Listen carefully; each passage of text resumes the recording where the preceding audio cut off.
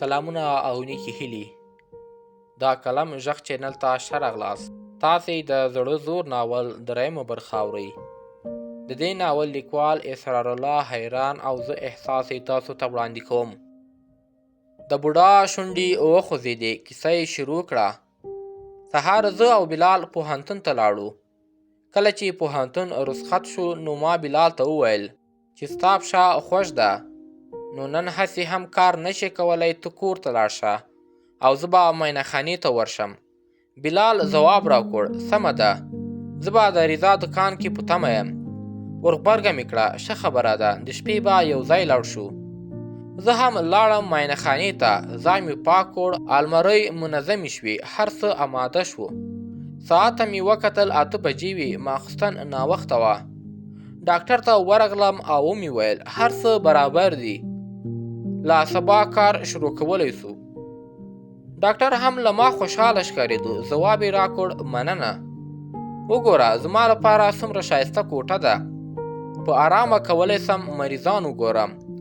د میز په سر خلاص کتاب یې بند کړ او وی ویل هغه بل ملګری دې څنګه سو؟ ځواب مې ورکړ، 2 ورځې بعد به بیخي ښه وي. خبرې ته مې دوام ورکړ، ډاکټر صاحب ناوخته دی، که نور څه خدمت نه و نو تلی شم؟ ډاکټر په دیوال تور رنګه راځړېدلي ساعت ته مخ وګرځاو او وی ویل رښتیا هم. ټینګار یې کاوه چې له دې سره شپې ته پاتې سم، خو ما ترې مننه وکړه. د موټر کلي یې راته ونیوله. ما ویل نه، یوه ټکسي کې پورته کېږم. شیبه وروسته د رضا له دکان سره کته سوم.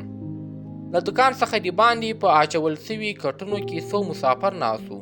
یو کس اخوا په وړوکي چمن کې لمونځ کاوه. رضا، انور او بلال دننه په خبرو بوخت وو. ورغلم، سلام یې وکړ. ټول راجګ سول. کلکې ستړیمشې مو وکړې.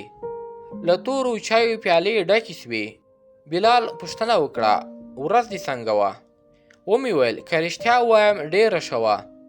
له یو طرفه مو کار پیدا کړ، له بلې خوا څخه ډاکټر هم ډېر ښه انسان دی او له موږ څخه ډېر خوشحاله ښکارېدو، مګر سخت ستړی شوم.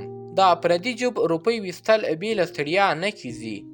خو انور بیا په دې خبره ولاړ و چې خارج کې کارونه اسانه دي. بلال ورته وویل ستا خو له ماشومتوب څخه خارج ته تګ ارمان دی، خو ګمان مې نشي که لمسی دې هم لاړ شي. ټولو وخندل. لا پوستې یو عسکر را غږ کړه، رضا ماما یو چاینک چای به نه وي؟ رضا وویل اوس دستې در وړم. تر ناوخته ناست وو. مسافرو ته مو یادونه وکړه چې څه شي ته خو اړتیا نه لري، خو هغوی ویل چې هر څه پوره دي. دکان مې رابند کړ، د باندې هوا یخه لګېده. د سړک په سر باد د ونو وچې پاڼې په مخ کړې وې. دا سړک اخوا د نهر اوبه مړې مړې بهېدې. کور ته روان شو. په لاره هم بلال انور نه قرارېدو. انور ته غوسه ورغله او وی ویل یاره د دې پښې پر ځای دی چې دا خوله ماته وی، غوږونه به مو په قرار وو. خو بلال تر کوره پورې انور پرې نه ښود. 2 ورځې بعد د بلال پښه هم جوړه سوه. هره ورځ به سهار پوهنتون ته تلو او ماسپښین به معاینه خانې ته راتلو او له هغه ځایه به د رضا دکان ته. میاشت ووته، د سې شنبې ورځ وه، پوهنتون وختي رخصت شو. ما او بلال هم معاینه خانې ته ولاړو. ډاکټر نه و راغلی.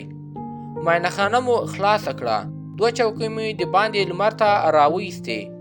ما موبایل راواخیست او بلال هم چپټر خلاص کړ. د ډاکټر موټر د معاینه خانې مخې ته لنډ راتاو شو. ډاکټر او یوه نجلۍ ترې کته سوه. ما او بلال یو بل ته په پوښتونکي نظر وکتل. بلال وویل دا څوک ده؟ ځواب مې ورکړ، نه پوهېږم. نجلۍ ماسک کړی و، له قد څخه ټیټه معلومېده. دا 22 کلو به وه. له سر څخه یې ګر چاپېره څادر تاو کړی و. ډاکټر موږ ته غږ وکړ او خپلې خونې ته ننوت. شیبه وروسته ما او بلال هم ورغلو. ډاکټر په چوکۍ کې کېنوست. د میز تر څنګ ولاړې نجلۍ ته یې اشاره وکړه او وی ویل دا زما لور ده، زیبا نومیږي. دا نرسنګ څخه فارغه ده، خو ځکه دلته نه راتله چې د کمپیوټر کورس یې شروع کړی و. نو اوس چې د کمپیوټر کورس خلاص کړ غواړي زموږ سره دلته همکاري وکړي. ما وویل دا خو ډیره د خوښۍ خبره ده، ځکه که زنانه مریضانو ته ستن او یا که نور زنانه ولګوي نو دا به ډېره ښه وي.